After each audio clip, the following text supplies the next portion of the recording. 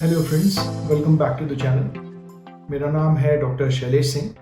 अगर आप पहली बार इस चैनल पे आ रहे हैं, हार्ट एंड हेल्थ पे हम बात करते हैं हार्ट की बीमारियों के बारे में, इन जनरल हार्ट से जुड़ी हुई या सेहत से जुड़ी हुई चीज़ों के बारे में डिस्कशन करते हैं। आज छूने जा रहे हैं हम एक कंट्रोवर्शियल टॉपिक, कीटो डाइट। अभी कुछ दिन पहले ही मेरे एक जानने वाले मुझे वापस कई साल बाद मिले। वो थोड़े से ओवरवेट थे। उन्होंने काफ़ी इस बीच में रिसर्च की थी, यूट्यूब चैनल्स पे, हेल्थ रिलेटेड ब्लॉग्स पे, हेल्थ मैगजीन्स पे, और काफ़ी कुछ पढ़ा था कीटो डाइट के बारे में। उन्होंने कीटो डाइट स्टार्ट की। और जो लोग सोच रहे हैं कि कीटो डाइट क्या होती है, कीटो डाइट बेसिकली एक लो कार्बोहाइड्रेट डाइट होती है। इसके पीछे बेसिक आइडिया ये होता है कि ज़्यादा से ज़्यादा कैलोरीज फैट और प्रोटीन से आनी चाहिए, ना कि कार्बोहाइड्रेट से। तो जो मेरे मित्र थे जिनका मैं जिक्र कर रहा था, वो हाल फिलहाल में इसी कीटो डाइट पे थे। उन्होंने काफ़ी कुछ चीज़ें अपनी डाइट में बदल दी थी पिछले 3-6 महीने में। वो न तो ब्रेड का कंजम्पशन कर रहे थे, यानी रोटी या इससे मिलते जुलते किसी प्रोडक्ट का कंजम्पशन कर रहे थे, ना तो चावल का कंजम्पशन कर रहे थे, ना तो ग्रेन्स का किसी तरह का कंजम्पशन कर रहे थे। बाय एंड लार्ज उनकी डाइट बनी हुई थी फैट से और प्रोटीन से। बेसिकली कीटो डाइट में होता ये है कि सारा का सारा कार्बोहाइड्रेट जो हम कंज्यूम कर रहे होते हैं, इससे आने वाली कैलोरीज को रिप्लेस कर दिया जाता है फैट और प्रोटीन से आने वाली कैलोरीज। फैट के सोर्सेज अलग अलग हो सकते हैं। इसमें सैचुरेटेड फैट हो सकता है, कोकोनट ऑयल हो सकता है, पाम ऑयल हो सकता है, बटर हो सकता है। इसी तरह प्रोटीन का सोर्स अलग अलग हो सकता है। एनिमल प्रोटीन्स हो सकते हैं, प्लांट बेस्ड प्रोटीन्स हो सकते हैं। एनिमल प्रोटीन्स का सोर्स बीफ हो सकता है, पोर्क हो सकता है, प्रोसेस्ड मीट हो सकता है। प्लांट बेस्ड प्रोटीन्स का सोर्स टोफू हो सकता है, नट्स हो सकती हैं, नॉन ग्रेनी वेजिटेबल्स हो सकती हैं। कीटो डाइट के पीछे बेसिक सा फंडा ये होता है कि अगर पूरे दिन में कार्बोहाइड्रेट का कंजम्पशन 50 ग्राम से कम हो, 3 से 4 दिन में बॉडी के पास फ्यूल का सोर्स खत्म हो जाता है, यानी कि पेट्रोल खत्म। अब गाड़ी तो चलनी है, एनर्जी तो चाहिए, पेट्रोल तो चाहिए गाड़ी चलाने के लिए, यानी कि बॉडी को फ्यूल तो चाहिए।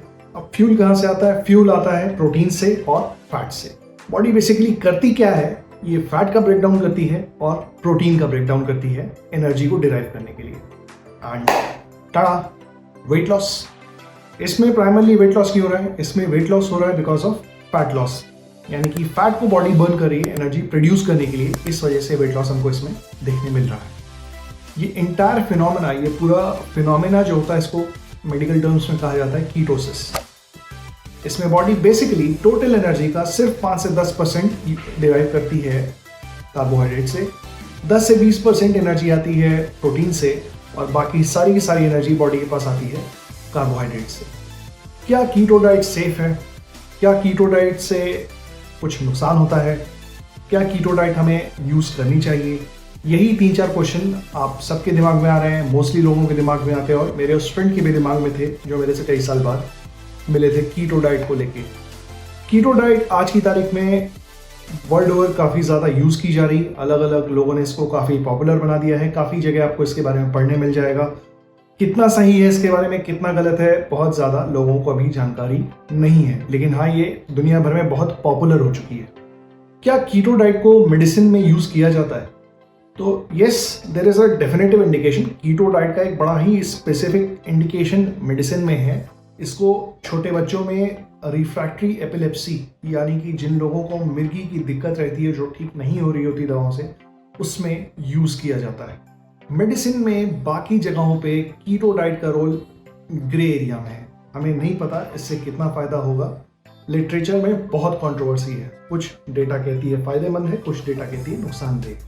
कुछ लोगों का कहना है डायबिटीज़ में भाई कीटो डाइट बड़ा फ़ायदा करती है, विच इज़ ऑब्वियस, बिकॉज आप कार्बोहाइड्रेट कम ले रहे हैं, सीधी बात है, शुगर आपको कम देखने मिलेगा। कीटो डाइट के लॉन्ग टर्म यूज़ की बहुत ज़्यादा डेटा हमारे पास नहीं है। लंबे टाइम तक इसको यूज़ करने से क्या होगा हमें नहीं पता, बाय एंड लार्ज नहीं पता। कीटो डाइट में काफ़ी एनर्जी फैट से आती है। ये फैट सैचुरेटेड फैट भी होता है, काफ़ी सारा सैचुरेटेड फैट होता है, काफ़ी सारा इसमें source of energy red meat भी कई बार होता है।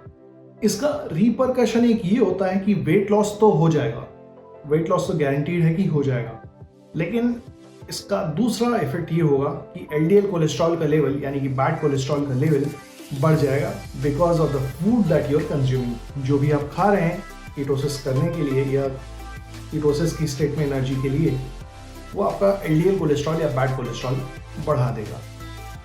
जिस ड्रिंक की मैं बात कर रहा था वो इसीलिए मेरे पास आए थे बिकॉज उन्होंने कीटो डाइट का यूज़ किया था। कीटो डाइट से उनका वेट तो 5-6 किलो कम हो गया था। जब उन्होंने किसी वजह से अपना कोलेस्ट्रॉल चेक किया तो उसमें उनको अपना कोलेस्ट्रॉल लेवल, बैड कोलेस्ट्रॉल का लेवल 250 मिलीग्राम पर डेसीलीटर के आसपास मिला, which is very bad. LDL cholesterol का लेवल कितना होना चाहिए इसके ऊपर पहले भी हम बातें कर चुके हैं। अलग अलग कंडीशंस में एलडीएल कोलेस्ट्रॉल कितना रखना है, किस तरह के पेशेंट्स में कितना रखना है, नॉर्मल लोगों में कितना रखना है, इसके ऊपर हम पहले भी बात कर चुके हैं। लिंक आपको वीडियो में मिल जाएगा। कीटो डाइट का एक ये भी इफेक्ट होता है कि लिपिड का डिपोजिशन लिवर में होता है। लिवर में फैटी लिवर और उससे जुड़े हुए कॉम्प्लिकेशंस हो सकते हैं। इसके बाद मेरे से क्वेश्चन पूछा गया कि आप हमें क्या एडवाइस दोगे इस तरह के कोलेस्ट्रॉल लेवल के बाद, या अब मुझे क्या करना चाहिए इस तरह के कोलेस्ट्रॉल लेवल के बाद। मैंने वही एडवाइस दी जो अभी आपको दे रहा हूँ। Number 1, eat plenty of fruits and vegetables. फल और सब्जी ठीक ठाक मात्रा में अलग अलग टाइप की ज़रूर कंज्यूम करें। नंबर 2, होल फ्रूट्स, इनका कंजम्पशन फायदेमंद रहता है कंपेयर टू जूसेस। इससे भूख भी शांत होती है, प्लस आपको फाइबर्स भी मिलते हैं। नंबर 3, ग्रेन्स का यूज़ किया जाना चाहिए। इसमें भी होल ग्रेन्स बेटर रहते हैं प्रोसेस ग्रेन्स से। इसमें फाइबर्स अच्छे खासे हमारी बॉडी को मिल जाते हैं। प्रोटीन्स के लिए हमें by and large healthy source of proteins के ऊपर डिपेंडेंट होना चाहिए। Healthy source of proteins mostly हमारे प्लांट बेस्ड प्रोटीन्स से हमको मिल सकता है। ये हेल्दी सोर्सेज ऑफ प्रोटीन्स जो प्लांट बेस्ड हैं ये कौन से होते हैं? तो इसमें आता है हमारे दालें, चने, नट्स, बीन्स। इसके अलावा फिश का कंजम्पशन किया जाना चाहिए। फिश बेसिकली रिच होती है ओमेगा 3 फैटी एसिड्स में। इसी में साथ में बता दे रहा हूँ, फिश का मतलब से, फिश से हमारा मतलब फ्राइड फिश से नहीं, फ्राइड फिश से कोई फायदा नहीं होने जा रहा। इसके अलावा लो फैट या फैट फ्री डेयरी प्रोडक्ट्स का यूज किया जाना चाहिए compare to full fat dairy products. अगर मीट आपको डाइट में चाहिए ही चाहिए तो बेटर रहता है अनप्रोसेस्ड व्हाइट मीट का कंजम्पशन किया जाए। व्हाइट मीट क्या होता है? White meat is basically chicken and fish. Process meat avoid किया जाना चाहिए। प्रोसेस मीट क्या होता है? प्रोसेस मीट में आता है हमारा सलामी, बेकन, हॉट डॉग्स, सॉसेजेस। इन सब में बेसिकली सॉल्ट कंटेंट काफ़ी हाई होता है। टोटल कोलेस्ट्रॉल, बैड कोलेस्ट्रॉल बढ़ाने में ये काफ़ी रोल रखते हैं। इनको अवॉइड किया जाना चाहिए। कीटो डाइट मैं तो बिल्कुल भी नहीं एडवाइस करूँगा किसी को भी यूज़ करने के लिए। It is bad for your cholesterol levels और ये हार्ट के लिए भी नुकसानदेह हो सकता है। लेकिन अगर आपने एकदम कसम ही खा रखी है कि आपको कीटो डाइट करनी ही करनी है, मेरी एडवाइस ये होगी एटलीस्ट कीटो डाइट स्टार्ट करने के 3 महीने बाद अपना कोलेस्ट्रॉल लेवल ज़रूर कराएं। अगर आप कीटो डाइट कंटिन्यू ही करने की ठान रखे हैं, 3-3 महीने पे अपना कोलेस्ट्रॉल प्रोफाइल कराते रहिए। जहां आपको दिखे कि एलडीएल के लेवल बढ़ रहे हैं या बैड कोलेस्ट्रॉल लेवल आपको बढ़ता हुआ दिखे, that is the point you should stop. उस समय आपको रुक जाना चाहिए। उसके आगे कीटो डाइट परस्यू नहीं करनी चाहिए। आप एनिमल प्रोडक्ट्स पे बेस्ड कीटो डाइट को बाय एंड लार्ज अवॉइड करना चाहिए, स्पेशली अगर वो रेड मीट से डिराइव्ड है तो।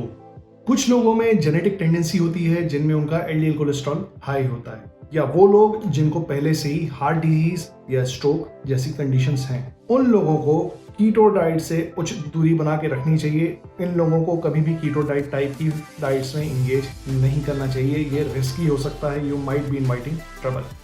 सैचुरेटेड फैट का कंजम्पशन इस तरह की कंडीशंस के साथ might probably be the worst thing that you can do to yourself. इस एपिसोड में इतना ही।